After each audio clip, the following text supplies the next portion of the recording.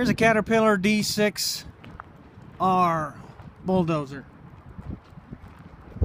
Gonna go on the auction block in a couple of weeks. That thing is a monster. It's huge.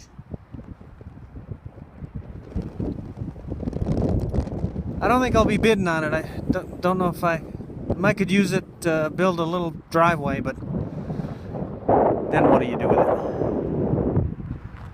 I don't know. If nobody wanted it and I could get it for 20 bucks, maybe I would. That's probably a $500,000. Probably $1 million machine, brand new. Anyway, like I said, I probably won't be bidding on it.